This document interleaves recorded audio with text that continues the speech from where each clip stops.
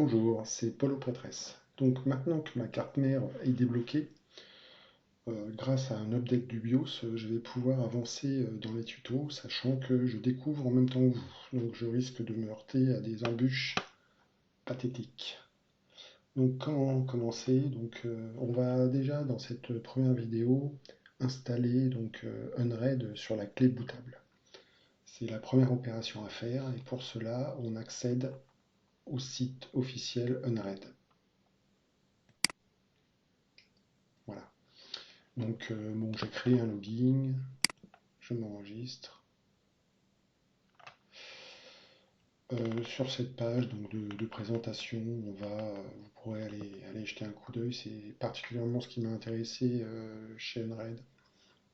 C'est-à-dire qu'on va pouvoir gérer son serveur, mais aussi pouvoir installer des machines virtuelles permettant de faire tourner plusieurs OS ou même d'installer sous Windows par exemple des machines virtuelles qui vont permettre de faire du hardcore gamer ou alors du PCHC comme moi, c'est ce qui m'intéresse.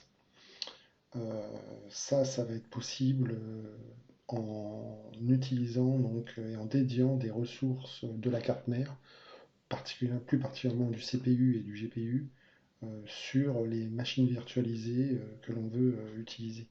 Donc on va affecter par exemple pour un CPU des corps bien particuliers qui vont être utilisés que par ces machines virtualisées et donc maximiser les performances en laissant le serveur tourner derrière.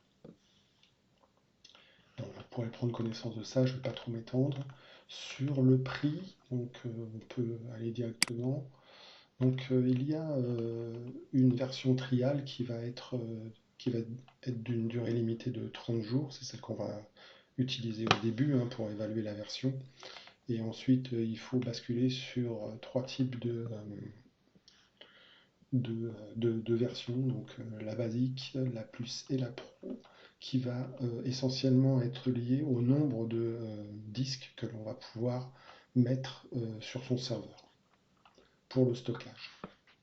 Donc moi je commence avec la 6, sachant qu'on peut passer de la basique à la plus moyennant un surplus. Et ce surplus n'est pas énorme puisque ça représente par exemple 98 euros, non, enfin euros, ouais, c'est à peu près, pour passer sur la plus, alors que si on passe sur la plus directement, c'est 89. Donc bon, c'est pas non plus la mort d'y aller step by step. Donc je vais passer sur, alors pour télécharger le petit exécutable qui va permettre de flasher la clé USB. Il faut aller sur cette page-là. Et selon que l'on se situe avec son PC sur un Mac ou sur un Windows, on clique où il faut. Et ça télécharge l'exécutable qui va permettre de créer la clé USB. Je vous engage fortement à lire ce petit Getting Started qui va résumer de façon assez simple les premiers pas dans Unraid. Donc ça passe par la création de l'USB flash,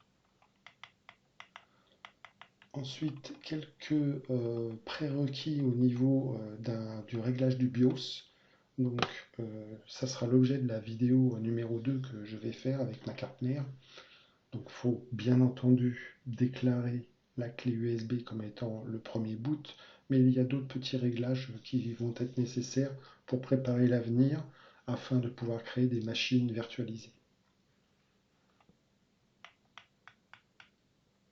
Ensuite, on va donc, à l'aide de cette clé qui a donc été réalisée, la connecter à notre PC serveur et puis booter dessus. Alors on a plusieurs types de boot, donc il faudra sélectionner l'Unraid OS GUI mode. Tous les autres sont pas top. Bon, là-dessus, on arrive sur une interface qui est quand même compréhensible. Vous allez le voir. Ensuite, on va pouvoir accéder à notre interface de deux manières. Première manière, directement sur le serveur, où on va atterrir sur une page où il va falloir entrer un username et un password.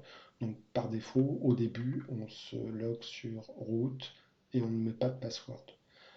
Et dans un second temps, on va pouvoir y accéder via un autre PC en utilisant l'adresse du serveur.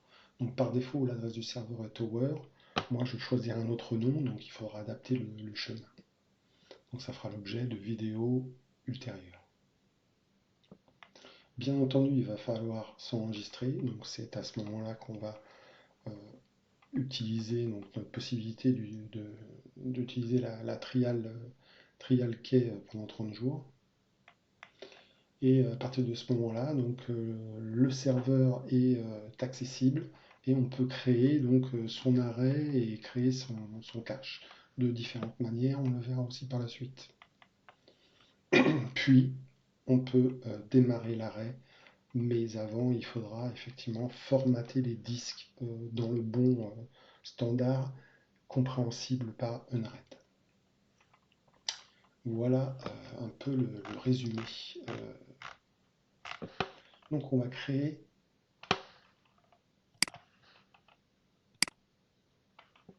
l'USB boot en lançant donc l'exécutable qu'on a téléchargé préalablement.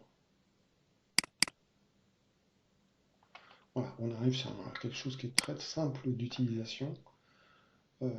Il est préférable de mettre Customize. C'est là qu'on va choisir le nom de son serveur, donc par défaut Tower. Je vais le changer, hein, rien pour le fun. Je vais mettre serveur Polo. Donc je valide l'UEFI boot qui permet de lancer, que le BIOS démarre, enfin que le PC plutôt démarre avec un boot configuré en UEFI. Ici, on peut sélectionner son mode de configuration réseau, donc soit par attribution d'adresse IP par DHCP ou par static IP. Là, on faut remplir, donc moi je laisse le réseau attribuer automatiquement les IP. Là, on sélectionne l'USB flash à écrire. Donc, bon, moi, j'en ai qu'un seul. Hein. Et puis, on appuie sur Write. Là, on a un message qui avertit que toutes les données se présentant sur cette clé USB vont être effacées. On confirme. Et l'écriture va pouvoir commencer.